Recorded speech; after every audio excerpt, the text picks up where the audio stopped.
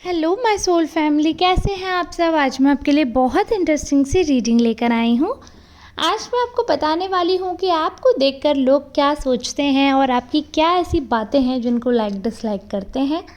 काफ़ी इंटरेस्टिंग सा ये टॉपिक रहने वाला है। बहुत अच्छा सा मैसेज है जो मुझे लग रहा है आज डिवाइन आपको देना चाहते हैं। अगर रैंडम ये वीडियो आज आप देख रहे हैं तो आपको पूरी देखनी है, क्योंकि ईश्वर का ज़रूर कोई संदेश ऐसा है जिसकी वजह से आप रैंडमली अगर इस वीडियो तक पहुँचे हैं और आज पहली बार देख रहे हैं तो make sure to subscribe this channel. Video को लाइक कर दीजिएगा, कमेंट करिएगा, अपनी एनर्जी मुझ तक भेजिएगा। और मैं ऐसी रीडिंग लाती रहती हूँ तो आप कॉन्टीन्यूसली मेरे चैनल को भी सर्च करके देख सकते हैं, ट्रस्टेड टैरो। और यहाँ पर अब मैं जैसे कि कार्ड सिलेक्ट कर रही हूँ तो आपको बताना चाहती हूँ कि जनरल रीडिंग है, मेल फीमेल ट्रांस आप सबका मेरे वीडियो में बहुत बहुत स्वागत है। तो मैं यहाँ पर क्लेम नहीं करूँगी कि 100% आपसे रीडिंग रेजोनेट हो जाएगी। ये जनरल रीडिंग है, इसलिए रेजोनेट हो भी सकती है और हो सकता है पार्शियल रीडिंग रेजोनेट हो, यानी कि कुछ हद तक आपसे रेजोनेट हो। अगर आप चाहते हैं कि पूरी तरीके से आपको हीलिंग चाहिए, डिवाइन गाइडेंस चाहिए, आपको मुझसे कोई भी हेल्प चाहिए, लाइक किसी भी क्वेश्चन में कोई भी अगर आपको जानना है, कोई भी डिवाइन का मैसेज या कुछ भी यूनिवर्स से आपको क्या आपके एंसेस्टर्स गाइड करना चाहते हैं, तो आप इस नंबर पर संपर्क कर सकते हैं। चार्जेस अभी बहुत कम है, डिस्काउंटेड रेट चल रहा है, तो आप कांटेक्ट कर सकते हैं और पर्सनल रीडिंग करवा सकते हैं। अब हम रीडिंग स्टार्ट करते हैं। तो यहाँ पर जैसे कि मैं देख पा रही हूँ कि काफ़ी लोग हैं जो आपके बारे में जानना चाहते हैं। बहुत लोग ऐसे हैं कि आपसे मिलते हैं और उनको बहुत अच्छा लगता है आपसे मिलके। आपकी पर्सनैलिटी ऐसी है, काफ़ी चार्मिंग पर्सनैलिटी के हैं आप, मेल फीमेल आप कोई भी हो सकते हैं। तो यहाँ पर मुझे ये चीज़ दिख रही है कि आपकी पर्सनैलिटी को देखकर कई बार लोग भ्रमित हो जाते हैं। उनको ऐसा लगता है कि आप बहुत ज़्यादा एरोगेंट होंगे, बहुत ज़्यादा एरोगेंस लोग जो है वो प्रिडिक्ट कर लेते हैं कि आप में बहुत ज़्यादा ही घमंड होगा और आप बहुत ज़्यादा सेल्फ सेंटर्ड हो सकते हैं, ऐसा लोगों को लगता है। बट एक्चुअली ऐसा कुछ है नहीं और उनको गलत लगता है।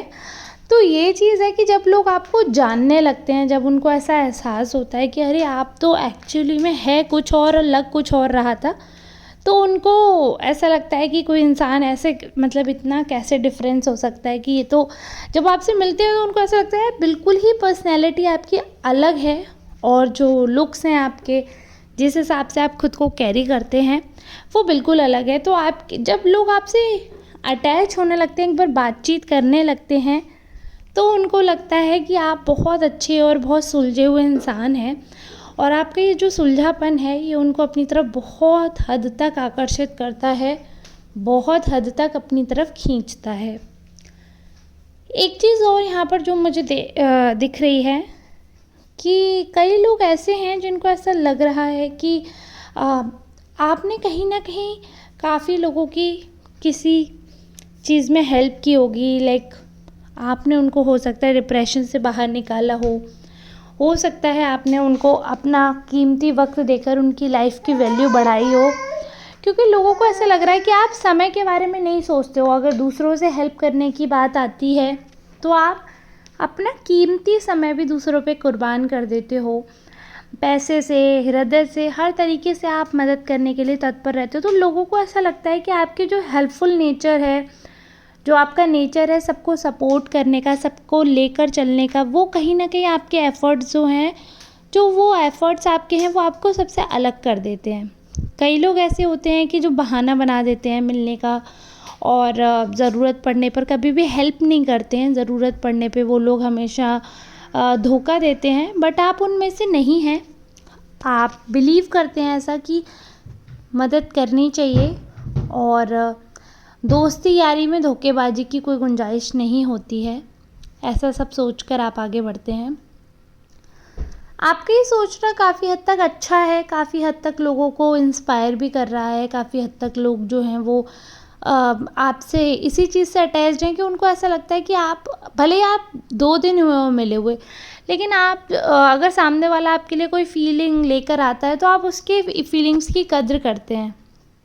अच्छा, आपका ऐसा है आप खुद को जिस हिसाब से कैरी करते हैं तो उस हिसाब से मैं यहाँ पर देख रही हूँ काफ़ी सारे लोग ऐसे हैं जैसे आप जिस भी जेंडर के हैं तो आपसे अपोज़िट जेंडर के लोग बहुत ज़्यादा अट्रैक्टेड रहते होंगे और सेम जेंडर के लोगों को कहीं न कहीं दिक्कत रहती होगी। जैसे कि अगर मैं महिलाओं की बात करूँ, तो अगर आप महिला हैं, तो कहीं न कहीं ज़्यादातर आपके जो ना चाहने वाले लोग हैं, वो महिलाएँ हैं और आपसे अपोज़िट जेंडर के लोग बहुत ज़्यादा प्रभावित रहते हैं और उनको आपकी प्रेज़ेंस बहुत अच्छी लगती है। सेम ऐसा ही मेल्स के साथ भी है कि फीमेल्स में आप बहुत ज़्यादा लोकप्रिय रहेंगे और मेल जो है उनको आपसे थोड़ी बहुत दिक्कत भी हो सकती है। तो ऐसा है कि अपोज़िट जेंडर के लोग आपको बहुत ज़्यादा पसंद करते हैं और बहुत जल्दी अट्रैक्ट हो जाते हैं। इसको मैं इस हिसाब से भी कह रही हूँ, देखिए फ़िज़िकली बहुत जल्दी लोग आपसे अट्रैक्ट होते हैं। उनको ऐसा लगता है कि कहीं न कहीं ऐसा है कि आप उनको ऐसा लगता है कि आपकी पर्सनैलिटी देख कर के आप कहीं न कहीं मान जाओगे, कहीं न कहीं आप लोगों का जो बॉन्ड है वो बना रहेगा। तो ऐसी वाइब उन्हें आती है, तो बहुत जल्दी लोग अट्रैक्ट हो जाते हैं। बट मैं यहाँ पर आपके कैरेक्टर पे सवाल नहीं उठा रही हूँ। हर सुंदर चीज़ को, हर प्यारी चीज़ को लोग अपना बनाना चाहते हैं, बट ये तो उस चीज़ की और उस व्यक्ति की किस्मत में होता है कि वो किसके नाम पे है, किसके फ़ेवर में वो जाएँगे। तो आप सुंदर हैं, आप प्यारे हैं, आप अच्छे लगते हैं, तो सब ऐसा सोचते हैं कि आप उनके हो जाएं, बट उनका होना नहीं होना वो आपके ऊपर है, आपके अपने डिसीज़न है।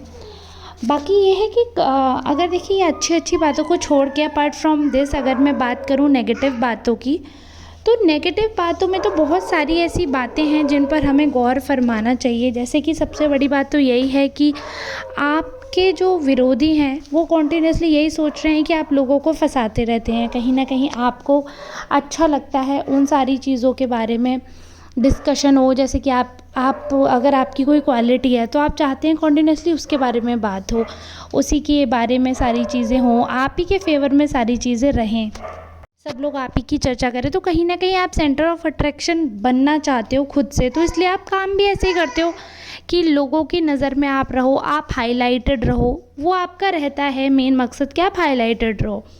तो ये इस चीज़ से काफ़ी लोगों को प्रॉब्लम हो जाती है, क्योंकि कई बार ऐसा होता है कि आप नहीं भी चाहो तो चाहे ना चाहे ऐसा होता है कि आप हाईलाइटेड हो ही जाते हो। तो लोगों को दिक्कत रहती है कि ये इंसान क्यों इतना हाईलाइटेड है, क्यों इस इंसान को इतना हाइप मिल रहा है, आखिर ऐसी क्या क्वालिटीज़ है इस पर्सन में जो कि हम में नहीं है। तो कहीं ना कहीं वो कंपैरिजन वाली बात आ ही जाती है लोगों में, चाहे अनचाहे। तो यहाँ पर मैं एक चीज़ को बोलना चाहूँगी कि लोग क्या सोच रहे हैं आपके बारे में वो ज़रूरी नहीं है, एक्चुअली में आप कैसे हो वो ज़रूरी। क्योंकि कहीं ना कहीं आप कितने भी अच्छे हो, चार लोग ऐसे होंगे ही जिनको आप नहीं पसंद हो, चार लोग ऐसे होंगे ही जो आपको नापसंद करते हैं, जिन्हें आप बिल्कुल फूटी आँख नहीं सुहाते, भले ही फिर चाहे आप में कितनी भी क्वालिटीज़ हों।